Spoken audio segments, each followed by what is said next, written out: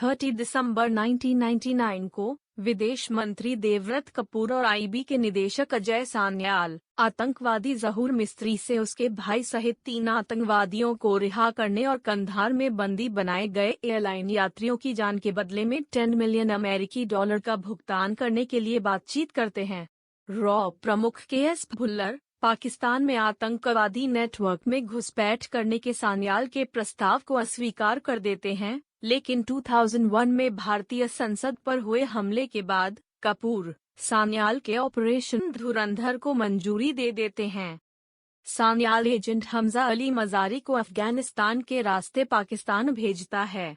कराची के लियारी पहुंचकर हमजा की मुलाकात मोहम्मद आलम से होती है, जो एक जूस की दुकान का मालिक है।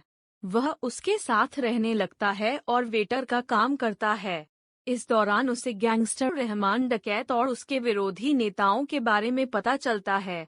बलूच होने के नाते हमजा सिर्फ रहमान के गिरोह में ही शामिल हो सकता है। हमजा और आलम को पता चलता है कि रहमान के अलग हुए पिता बाबू डकैत के नेतृत्व में एक प्रतिद्वंद्वी पठान गिरोह रहमान के सबसे बड़े बेटे नईम बलूच को मारने की योजना बना रहा है। अगले दिन बाबू के आदमी एक शादी पर हमला करते हैं जिसमें नईम और उसका छोटा भाई फैजल भी शामिल होता है। हमजा फैजल को बचा लेता है, लेकिन नईम मारा जाता है। अस्पताल में हमजा रहमान और उसके चचेरे भाई उजैर बलूच से मिलता है, जो उसकी आग्नेयास्त्र विशेषज्ञता को देखते हुए उसे भर्ती करता है। पाकिस्तान पीपल्स पार्टी (पीपीपी) के जमील जमाली ने उजैर को लियारी चुनाव से पहले जवाबी कार्रवाई न करने की चेतावनी दी।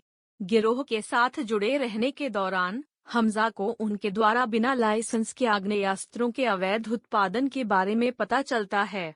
हमजा की सलाह पर रहमान नईम का बदला लेने का फैसला करता है।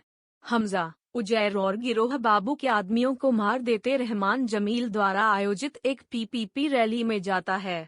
हमजा उसी कार्यक्रम में जमील की बेटी यलीना से मिलता है और बाद में उसके साथ संबंध बनाता है। खनानी बंधुओं द्वारा रहमान का परिचय आईएसआई प्रमुख मेजर इकबाल से कराया जाता है, जो व्यवसायी हैं और रहमान को राजनीति में आने के लिए प्रोत्साहित कर रहे हैं। इकबाल उसे हथियार और गोला बारूद मुहैया कराने के लिए कहता है। लेन देन के दौरान हमजा इकबाल को एक भारतीय जासूस को बेरहमी से प्रताड़ित करते हुए देखता है और खनानी के साथ उसके नकली नोटों के धंधे के बारे में जान जाता है। हमजा यह बात आलम को बताता है, जो सान्याल को सूचित करता है। आईबी को शक है कि पाकिस्तान के पास भारतीय नोटों की प्लेटें हैं।